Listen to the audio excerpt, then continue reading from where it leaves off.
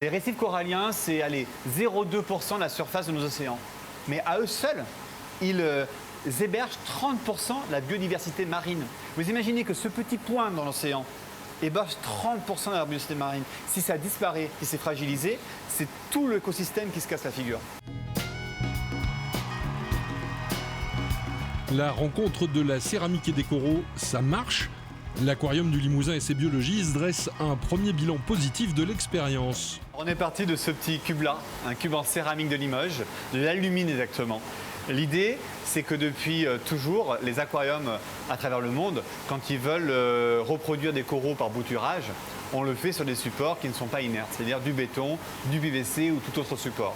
Et nous, c'est quelque chose qu'on voulait essayer de trouver une autre solution pour arriver à trouver un support qui permettrait de ne rien relarguer dans la mer ou dans nos aquariums, le cas échéant.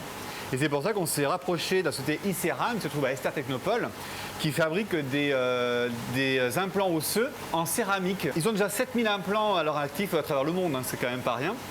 Et grâce à ces matériaux-là, on s'est dit, si on fixait nos coraux dessus, et bien à ce moment-là, ça deviendrait complètement inerte pour l'environnement parce que l'alumine, c'est un matériau neutre. Et bien, on voit justement des morceaux de coraux qu'on a coupés et qu'on a refixés dessus pour voir si oui ou non il pouvait arriver à se fixer ce matériau et en quelle vitesse il allait se développer. Et derrière, on a des témoins avec des choses faites à l'ancienne, si on peut dire.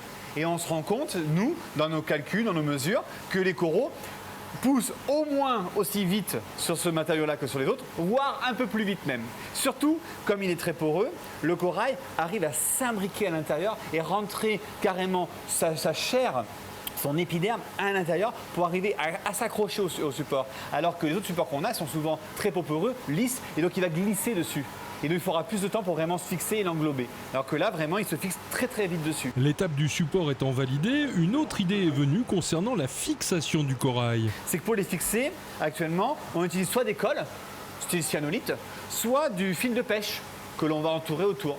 Et puis on se dit, ouais, mais c'est bien joli, si on va jusqu'au bout de notre expérience, il faudrait trouver aussi un système de fixation neutre.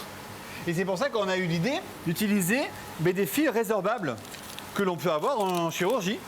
Voilà, donc des fils tout simples de chirurgie résorbables qu'on va pouvoir utiliser pour essayer de coudre nos coraux sur l'alumine pour que ce fil-là, le cas échéant, se disparaisse et ne cause aucun problème à un poisson qui pourrait par exemple venir brouter le corail, ingérer un fil de pêche et en mourir. Alors que là, s'il ingère, aucun problème. Une nouvelle phase de test va être réalisée avec d'autres aquariums avant le déploiement dans l'océan. C'est notre objectif.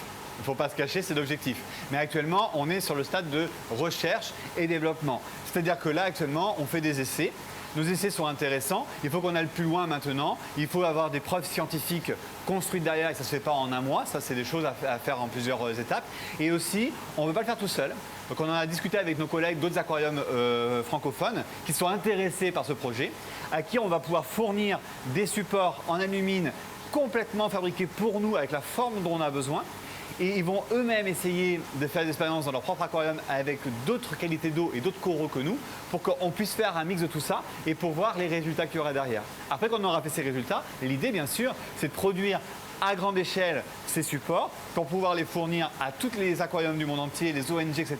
qui veulent participer à la reconstitution du récif corallien. Et on peut imaginer et on en rêve d'avoir un jour les récifs coralliens sauvés grâce à la céramique de Limoges. Une alliance terre-mer qui pourrait être une nouvelle filière de développement pour la céramike après l'aéronautique, la mécanique, la santé et bien d'autres.